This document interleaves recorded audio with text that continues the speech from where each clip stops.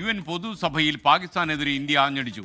ഭീകരതയെ കയറ്റുമതി ചെയ്യുന്ന പാകിസ്ഥാന്റെ പാരമ്പര്യമാണ് ഇന്ത്യക്കില്ലാത്തത് എന്ന വിമർശനമുണ്ടായി. ഇന്ത്യ പാക് സംഘർഷം അവസാനിപ്പിക്കുന്നതിൽ താൻ ഇടപെട്ടുവെന്ന അമേരിക്കൻ പ്രസിഡന്റ് ഡൊണാൾഡ് ട്രംപിന്റെ അവകാശവാദവും ഡോക്ടർ ജയശങ്കർ തള്ളിക്കളഞ്ഞു. ഇന്ത്യ പാക് പ്രശ്നങ്ങളിൽ മൂന്നാം കക്ഷിക്ക് സ്ഥാനമില്ലെന്ന് ഇന്ത്യൻ പ്രതിനിധി വ്യക്തമാക്കി. ബൽറാം നെടുങ്ങാടി ചേരുന്നു. ബൽറാം, ശരിക്കും സംശയത്തിന് ഇട നൽകാത്ത വിധം ഈ ഡൊണാൾഡ് ട്രംപിന് ഇതിലൊരു റോളുമില്ലായിരുന്നു എന്ന് ഇന്ത്യ പറഞ്ഞതൊരു പക്ഷേ UN പൊതുസഭയിലാകും. പറയൂ വിവരങ്ങൾ.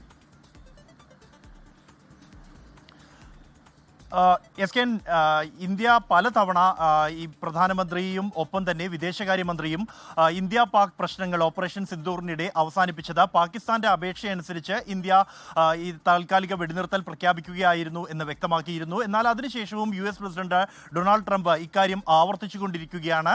30 തവണയിലേറെ ഇതുവരെ താനാണ് ഇന്ത്യ പാക് പ്രശ്നങ്ങൾ അവസാനിപ്പിക്കാൻ ഇടപെട്ടതെന്ന ഡൊണാൾഡ് ട്രംപ് അവകാശവാദം ഉന്നയിച്ചു കഴിഞ്ഞു. ഈ ഒരു ഘട്ടത്തിലാണ് ഐക്യരാഷ്ട്രസഭയുടെ പൊതുസഭയിൽ വെച്ച് ഇന്ത്യൻ പ്രതിനിധി പെറ്റൽ ഗെലോട്ട് ഈ കാര്യം നിഷേധിച്ചിരിക്കുന്നത്. ഇന്ത്യയും പാകിസ്ഥാനും തമ്മിലുള്ള പ്രശ്നങ്ങൾ അത് ഉഭയകക്ഷിപരമാണ്. അതുകൊണ്ട് തന്നെ ഈ തർക്കങ്ങൾ പരസ്പരം ചർച്ച ചെയ്ത് പരിഹരിക്കുക എന്നുള്ളതാണ് ഇന്ത്യയുടെ നിലപാട്. മറ്റൊരു മൂന്നാം കക്ഷിക്ക് അതിൽ ഇടമില്ല എന്നും അതാണ് കാലങ്ങളായുള്ള ഇന്ത്യയുടെ നയം എന്നും ഇന്ത്യൻ പ്രതിനിധി UN പൊതുസഭയിൽ വ്യക്തമാക്കിയിട്ടുണ്ട്. ഒപ്പം പാക് പ്രധാനമന്ത്രി ഷെഹബാസ് പൊതുസഭയിൽ ഉന്നയിച്ചിരുന്നു ഇന്ത്യയുടെ യുദ്ധവിമാനങ്ങൾ തകർത്തു എന്നും വ്യോമ കേന്ദ്രങ്ങൾ ഉൾപ്പെടെ ആക്രമിച്ചു എന്നും പാക് പ്രധാനമന്ത്രി അവകാശവാദം ഉന്നയിച്ചിരുന്നു. ഇതെല്ലാം ഇന്ത്യൻ പ്രതിനിധി നിഷേധിച്ചു. ഇന്ത്യയിൽ സാധാരണക്കാർക്ക് നേരെ നടത്തിയ ഭീകരാക്രമണത്തിനുള്ള മറുപടിയായിരുന്നു ഓപ്പറേഷൻ സിന്ദൂർ എന്നും ഭീകരവാദികളെയും അവരുടെ സ്പോൺസർമാരെയും ഇന്ത്യ രണ്ടായി കാണില്ല എന്നും വ്യക്തമാക്കി.